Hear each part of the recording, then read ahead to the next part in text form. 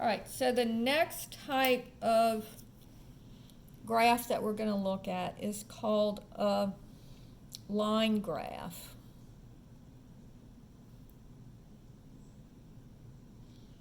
And notice it's different from the line or dot plot. This is called a line graph.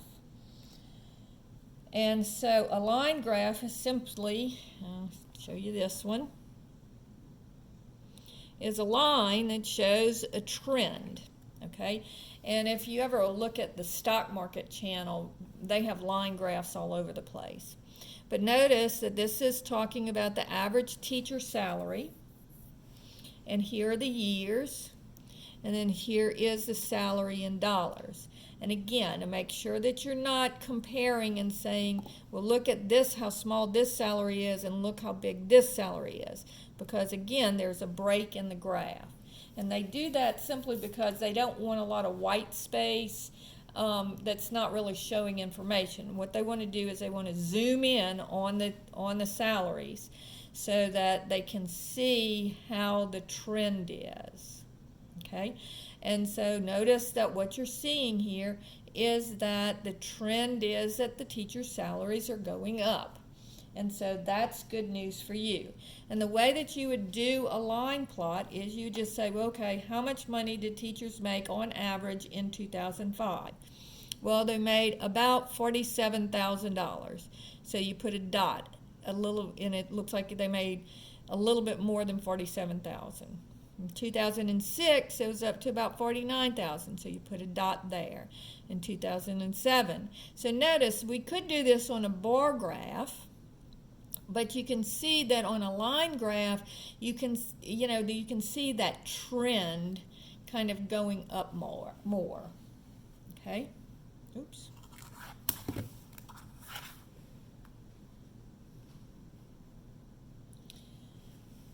Then we have, by the way, you can also do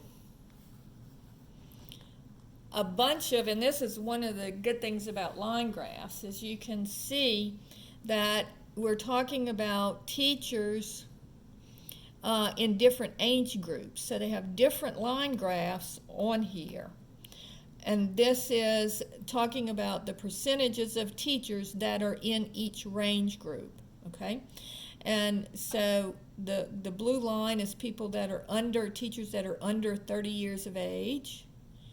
And notice that that's kind of going down. And then the teachers that are between 49 and 50, notice that one's going up.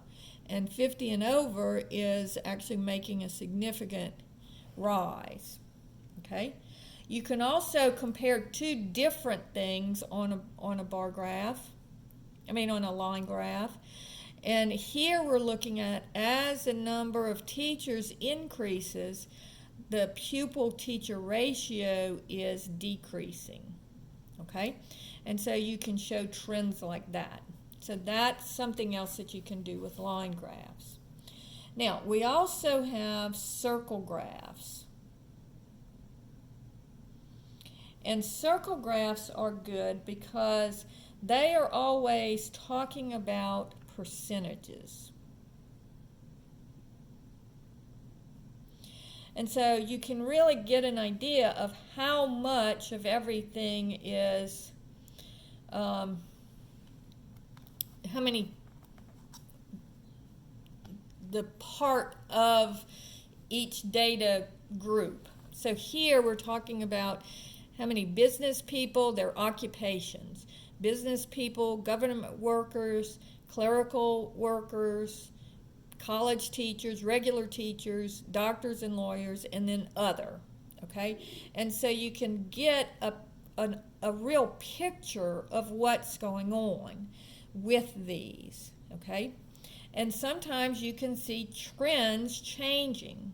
So here we're looking at, in 1971, the people that ate seafood were 6%, poultry, it was 19%, and red meat, almost everybody was eating red meat. It was 75% of the time that people sat down to eat, they were eating red meat. Whereas in 2010, notice that seafood has increased by 2%, And then the poultry's increased a lot, and the red meat is almost down to 50%, where it was before it was 75%. So you can see that looking at the two circle graphs, you can see that the trend is towards eating less red meat and more poultry and seafood. Now, because you want to show an accurate picture, what you're going to do to figure out, like if you're going to do a circle graph, and on here, of course, I won't make you measure anything, but I may ask you, what would be the degree measure? Okay, we talked about the degrees in each one of these angles, right? So all the way around the circle is 360 degrees, all right? And so if you are trying to draw a bar graph and you want to get it accurate, and actually if you go on Excel, they do great line graphs and bar graphs and all kinds of stuff, and you can kind of play with it if you want. And they do all the number crunching for you, okay? But when you're doing these, what you're going to do is you're going to take, like when we're doing the red meat. So let's say that we surveyed 100 people, and in 1971, 75 out of the 100 people had red meat that night. So we're just going to take 75 times 100, and that would give me 360. So this would be, if I reduce this would be 3/4 times 360 degrees. And notice that 3/4 of this pie chart, these circle graphs are also called pie charts. So 3/4 of this is colored in purple for red meats, okay? So circle graphs, I forgot to write this, also called pie charts. All right? Notice that 6%, so I want a very small angle here, and that angle actually is 6/100 times 360. And then for poultry, it would be 19/100 times 360 degrees. All right, so if I do this multiplication, so it gives you an idea of the angle that you're looking for. So on this one, I would go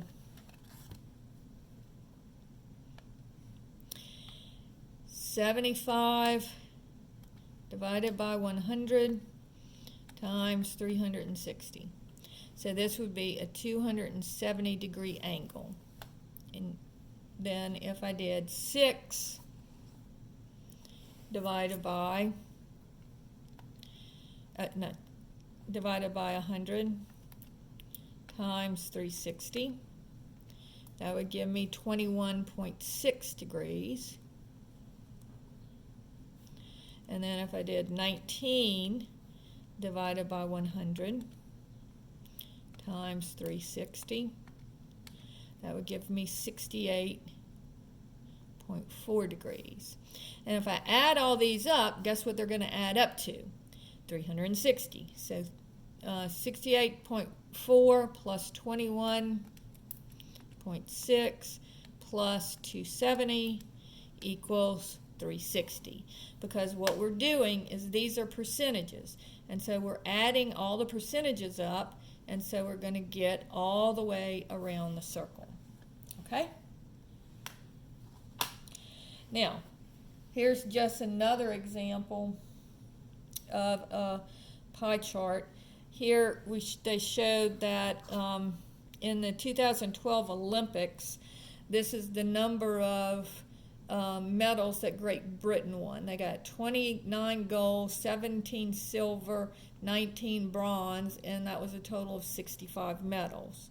So notice that what they did was they took 29 over 65 and they multiplied it by 360. And so for the gold medal, the gold medals, I'm sorry, this was 29 out of 65. So I'm sorry, that's 100 106.6 degrees, so that's the measure of this angle. Then they had 17 silver, so they did 17 over 65 times 360, and this one is 94.2 degrees, and so forth and so on. But notice it gives you a picture of the percentages of gold, silver, and bronze metals. Now, we also have what's called a pictograph.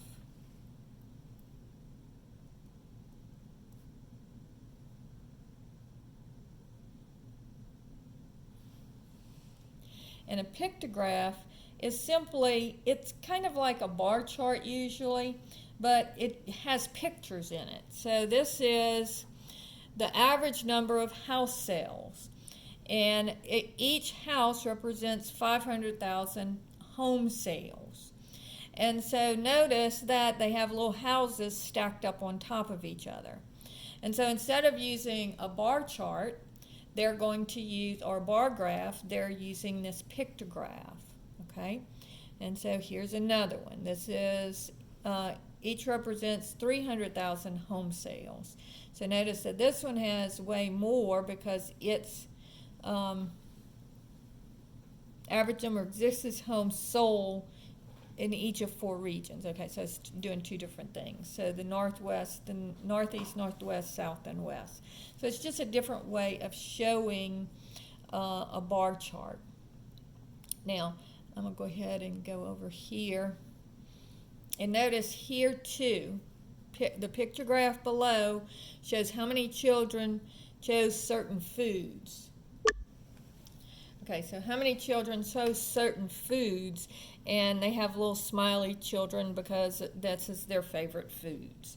And notice that this bar graph is, instead of being a vertical bar graph, this one is a horizontal bar graph. And so bar graphs can go in either direction. Histograms always are vertical, but bar graphs are always can be either vertical or horizontal. Now the last thing that and here's more pictographs. Here's some, and people get real creative with it. You know, here's something about the Olympics, and so they put it under Olympic flame.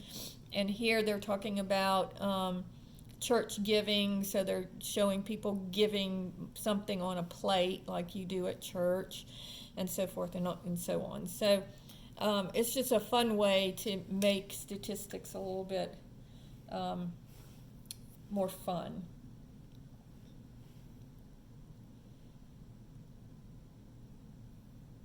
Now the next thing is going to be on scatter plots.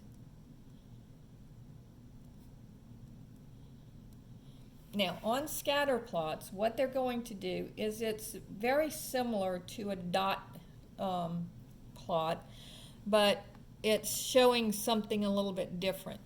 Here we've got a scatter plot showing the significant earthquakes of 2009 and 2010. And so here are the number of deaths and the magnitude of the earthquake. So here we're comparing the magnitude of the earthquake with the number of deaths.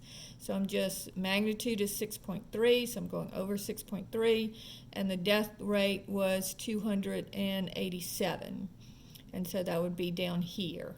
And then I just do each one of those. So that's called a scatter plot. Now, you will look at scatter plots a lot when you take statistics. And there are a couple of things with scatter plots that you're going to look at. The first one is if you have one data point that's way out of whack. So let's say that we're talking about height, and we have one person that's just comparatively very short compared to everybody else, then they would be called an outlier. So anybody, or like, let's say that we have, and this doesn't have to be just with scatter plots. An outlier is somebody who statistically is off the grid compared to the rest of the sample.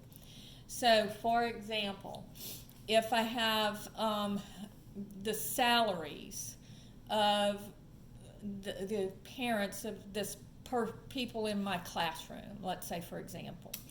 And let's say that I'm a teacher down in New Orleans, and, so everybody's making, between $50,000 and $250,000, depending on what their occupation is. But I also happen to have Drew Brees' son in my class. Well, he makes millions of dollars.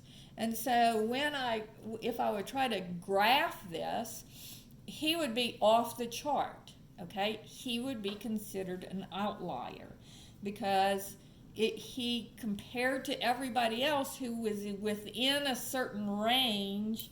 So everybody else is here. Here's my scatter plot, salaries. And then I have, this guy that's way up here. And I'm like, well, that guy is not really significant in my data, because if I were trying to look at averages or anything, he would skew the average a lot. And so I wouldn't want to consider him. So a lot of times when you have an outlier in a data sample, you'll throw them out. And we'll talk later about how you can figure out who's outliers and who's not outliers. The next thing that we're going to look at on these scatter plots is called a regression line. And when you take statistics, you'll actually figure this out, and your calculator will do most of the calculations, but you'll learn how to do the calculations. And so here is a regression line. And notice it's called the line of best fit. So that you throw out the outlier and you throw out this outlier. So this is years of education and yearly income. So this person didn't go to school a lot, but he had 10 years of education, but he's making a lot of money. I don't know why. This person went to school significantly 14 years, that's decent, but he's not making very much. And so here I have so if I throw out these two outliers, notice that what this is, it's called the line of best fit, or the regression line. So it's the line that basically it doesn't necessarily go through any particular point, but it fits these data points as closely as you can. Now, for us, we're not going to really learn how to find that line of regression. We just need to know what it is. So it's the line of best fit for the data points. And then we can also look at, when we're looking at scatter plots, one of the things that we always look for is correlation. Okay, so when we're looking at correlation, notice that on this one, as the years of education go up, the salary tends to increase. So when we look at that line of regression, it's going up. So this would be a positive correlation. So a positive correlation. The regression line is going to be, the slope would be positive, okay? And then if you have a negative correlation,